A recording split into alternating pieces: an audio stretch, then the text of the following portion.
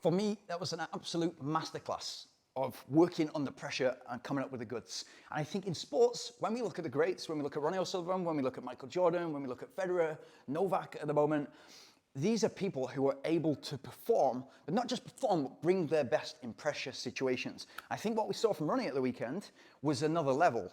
And I think what we saw from the interviews afterwards and what he was going through, we've seen behind the scenes with The Edge of Everything, and that documentary was fascinating in terms of an insight into his personality and how he goes through these tournaments and bounces from tournament to tournament and keeps that level. But I think what we're seeing from Ronnie now is him relishing the pressure because he knows that his opponent is at least under the same amount of pressure. No matter what the score, and we saw Judd go ahead on Sunday, no matter what the score and how much advantage his opponent has, Ronnie feels most comfortable and Ronnie feels most confident in a pressure situation because he knows what his opponent is on at least the same amount of pressure and that his opponent doesn't have the same amount of experience as he does at dealing and thriving in those situations. So he feels he's put himself in a mental space where he's actually ahead of his opponent, even if he's behind on score, in those really pressure moments. That final, late at night, third or fourth, fifth session, the final sessions of the day of the tournament, of the match, he knows that he's, even being behind, he knows that psychologically he's ahead and he's actually in the driving seat. And you get to see him, he relishes those situations because you know that he has the confidence to come through and put his opponent under pressure. Whatever the score might be in the frame, whatever he's behind by, and we've seen him so many times when he's 50, 60, almost 70 behind, and I think 71 behind once against Selby. You've seen him kind of go, do you know what, this is a mad challenge, this is a crazy challenge for me. Everybody's written me off, and therefore I don't have anything to lose. It's just me versus me. And then I think what you get is so much freedom from Ronnie. And that's where we really want to see him. Total freedom, nothing to lose, just going for it. And if you look at the season for Ronnie, I think it's 7 tournaments entered, 3 won. What he's kind of got to, the stage that he's got to in his career, is the fact that he's happy to fail. He doesn't like, he hates losing. He doesn't, like any of us, we hate losing. But he's accepted that it's a numbers game. And if he could go to, and get the 3 out of 7, if he could win 3 tournaments out of 7 consistently and that would continue on, he'd be absolutely laughing. And he'd be the greatest of all time, which he is. But he continued to be crazy good, which he is, again, even at 47 or 48 years old. So as he's going into that year, and we heard in The Edge of Everything, he was speaking to Steve Peters and he was talking, how long can I go on for? And it was quite a funny conversation because he's literally asking Steve Peters, a sports psychologist, how long can I play for? And Steve's like, well, I can't tell you the answer to that. It's not like a physical sport like football or rugby or whatever. But you're kind of like your aim is going to go, your sight is going to go eventually. But I can't tell you how many years you've got. And Ronnie was actually looking for an answer.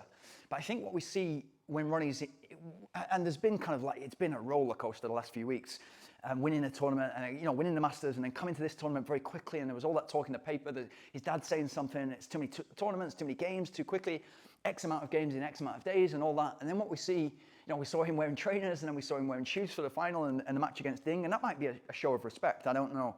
But you kind of get that whatever we've seen in The Edge of Everything and whatever we think is going on now, he still relishes those pressure situations because he still backs himself beyond anybody else to come out on top, way more than 50% against his opponents. And I think Judd is probably number 2 in the world, despite the rankings and everything like that. And I know Judd was, a couple of years ago, was number 1. I think Judd is, he's that type of character that also relishes those situations, but he doesn't have it to Ronnie's level.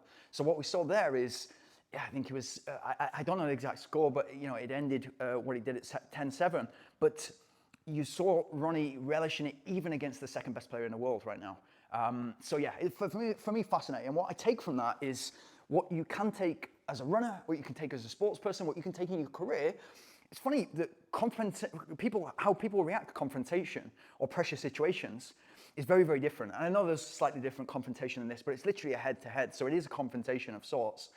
But what I see is obviously there are some people that walk away from confrontation and cannot handle confrontation. And no matter how smart they are, how good they are in their careers, they cannot handle confrontation. And therefore, they lose to somebody who can handle a confrontation, handle a negotiation, handle a pressure situation when there's something on the line, but that person is able to not only handle it, but also because they're so used to dealing with it, they actually look forward to it because they feel like they're ahead, and they feel like if it does come to confrontation, that they have the upper hand because they're more likely to have handled more confrontations in the past than the other person. They're more likely, and you see it in a street fight. For me, it's wild when you see kind of two cars kind of like arguing with each other, and and then you've always got a situation where, okay, somebody has to do something about it, and to get out of a vehicle and do something about it is actually quite wild if you think about it. When you've got like trained killers out there who are in the UFC or whatever, and you're arguing with a